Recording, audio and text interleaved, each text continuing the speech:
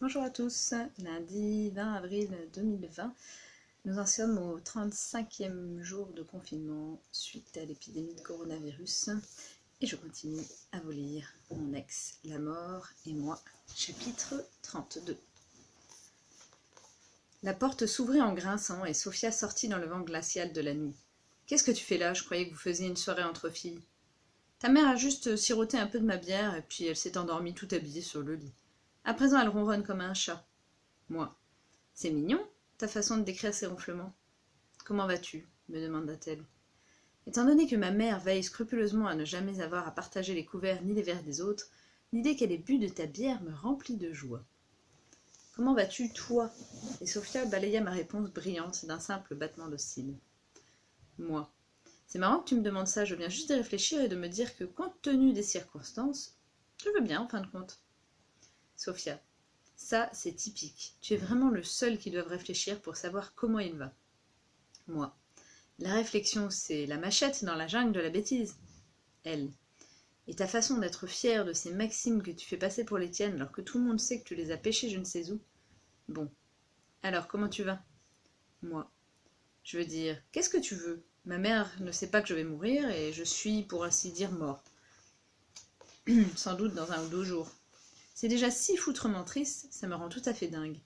Et il faut que je lui dise d'une manière ou d'une autre, parce que c'est mon devoir moral. Et ce n'est pas juste foutrement triste, c'est foutrement douloureux aussi. Je veux dire, apprendre à sa propre mère qu'on est en train de mourir, la vache est. Et puis en plus de ça, il y a notre nouvel ami bizarre qui sort tout le temps de sa poche je ne sais quelle nouvelle règle, et on a une peur panique de précipiter je ne sais qui dans le malheur si on les enfreint. Et je peux, avec de la chance, revoir encore une fois mon fils, que je n'ai pas vu depuis 7 ans, ce qui est si foutrement triste que je n'arrive pas à le croire moi-même. Je voulais retourner dans un bar, je voulais assister de nouveau à un match de foot, je voulais encore repeindre la cuisine. Attends, ça, non, je ne voulais pas, c'est juste que ça fait bien de dire un truc comme ça.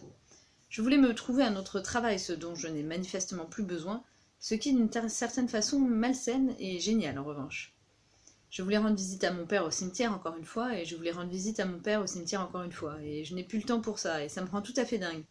Et pourtant on passe toute la journée assis dans cette voiture, ma mère glousse de joie sans arrêt et est heureuse comme jamais elle ne l'a été depuis des années. Ça me rend tout à fait dingue. Et juste parce que je meurs, parce que tu as sonné, parce que tu devais m'accompagner, parce on va voir mon fils, et parce que ma mère a dit une phrase bizarre sur la mort, tu as pris ma main. Et cette sensation était aussi claire et pure qu'avant. Et j'ai senti le dioxyde de carbone gargouiller dans mes veines. Et depuis, je n'ai plus peur. Depuis, ça ne peut plus être mieux. Depuis, j'ai vécu tout ce qu'on peut vivre de beau. Seule la répétition pourrait rendre les choses meilleures encore. À vrai dire, tant de choses se sont répétées dans ma vie que je commence à être impatient de voir commencer et partir avec la mort. Maintenant que je dois abandonner tout ça, j'ai l'impression de ne jamais m'être vraiment attachée à quoi que ce soit de toute ma vie. Peut-être est-ce la raison pour laquelle je ne suis pas aimée. Les gens comme moi, on ne les aime pas. Les gens comme moi sont là sans qu'on les remarque véritablement. On est le contraire des gens dans la publicité. On est là pour faire notre boulot et payer nos impôts pour que tout ce foutoir puisse continuer de tourner.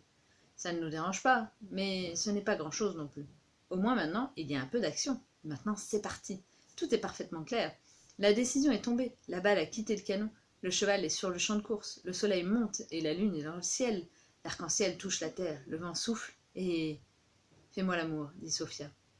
Quoi? Demandai-je. Tes oreilles sont déjà mortes. Fais-moi l'amour. Maintenant? Non.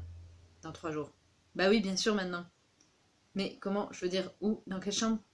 On en loue une autre? Sophia avait toujours eu cette faculté de me faire sentir le dernier des imbéciles en sa présence. C'était formidable. On retourna dans le hall de la pension et on claqua sur la sonnette. Le patron sortit du salon de l'hôtel et demanda « Encore une bière ?» Et Sophia dit avec une facilité impressionnante « Non. Encore une chambre. D'autres amis à nous vont arriver. Vous n'avez qu'à nous donner la clé, comme ça vous n'aurez pas à rester debout. » Très attentionné, dit le géant. Très très attentionné, chère madame, ça fait plaisir. Enfin, quelqu'un qui pense aux autres. Voilà, c'est notre suite nuptiale. Il reste même encore une bouteille de mousseux. Mais à votre place, je regarderai la date de péremption. Sophia prit la clé et salua son nouveau fan en lançant joyeusement. « À demain !» Elle me tira par la main en haut des marches, ouvrit la porte avec la vieille clé et m'entraîna à l'intérieur. Elle vérifia la bouteille et dit « On a de la chance, le mousseux est périmé ce mois-ci. »« Ça fera l'affaire, dis-je. » Il y avait des traces de lave-vaisselle sur les verres à champagne, et le mousseux était si sucré que les enfants de 10 ans l'auraient trouvé délicieux. Oui, je sais que vous avez toujours appelé ce genre de mousseux un ouvre-boîte, dit Sophia en m'ôtant les mots de la bouche. Moi. Tu vois, ça convient bien d'ailleurs. Elle, pour la première fois de ta vie. Moi. Et pour la dernière. Et puis elle se rapprocha et m'embrassa. Elle m'attira à elle en me prenant par les hanches et m'embrassa dans le cou, parce qu'elle savait que c'était à cet endroit qu'on éteignait en un instant les 2 tiers de mon cerveau et qu'on actionnait le sens du toucher. La phrase « la peau est aussi un organe » me vint à l'esprit, et ma peau se sentait comme le foie d'un alcoolique en sevrage qui a le droit de boire un cognac de 1000 ans d'âge. Chaque fibre de mon être se souvenait en une fraction de seconde. J'inclinai ma tête sur la gauche et je cherchais ses lèvres pour être embrassée par sa bouche de cette manière fougueuse et passionnée. « Tu arrives toujours à embrasser encore mieux que d'autres baises, me dit Sophia.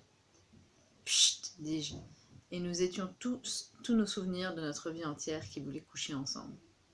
On retira nos vêtements, et je sentis mes yeux s'agrandir lorsqu'elle ouvrit son soutien-gorge de sport. Il faut vraiment que tu regardes toujours ça comme un petit garçon à la piscine publique. C'est quand même pas la première fois. Oui, mais quand l'équipe de foot reprend pour la première fois après une longue période... Pour interrompre ma comparaison footballistique, elle presta ses douces lèvres sur les miennes et glissa sa langue musculeuse, incomparable, entre mes dents. Nos langues dansèrent tel un couple saoul, amoureux, qui se connaît déjà depuis très longtemps. On se coucha sur le lit, et mon corps commença à tressaillir lorsqu'elle posa sa main sur mon ventre rentré.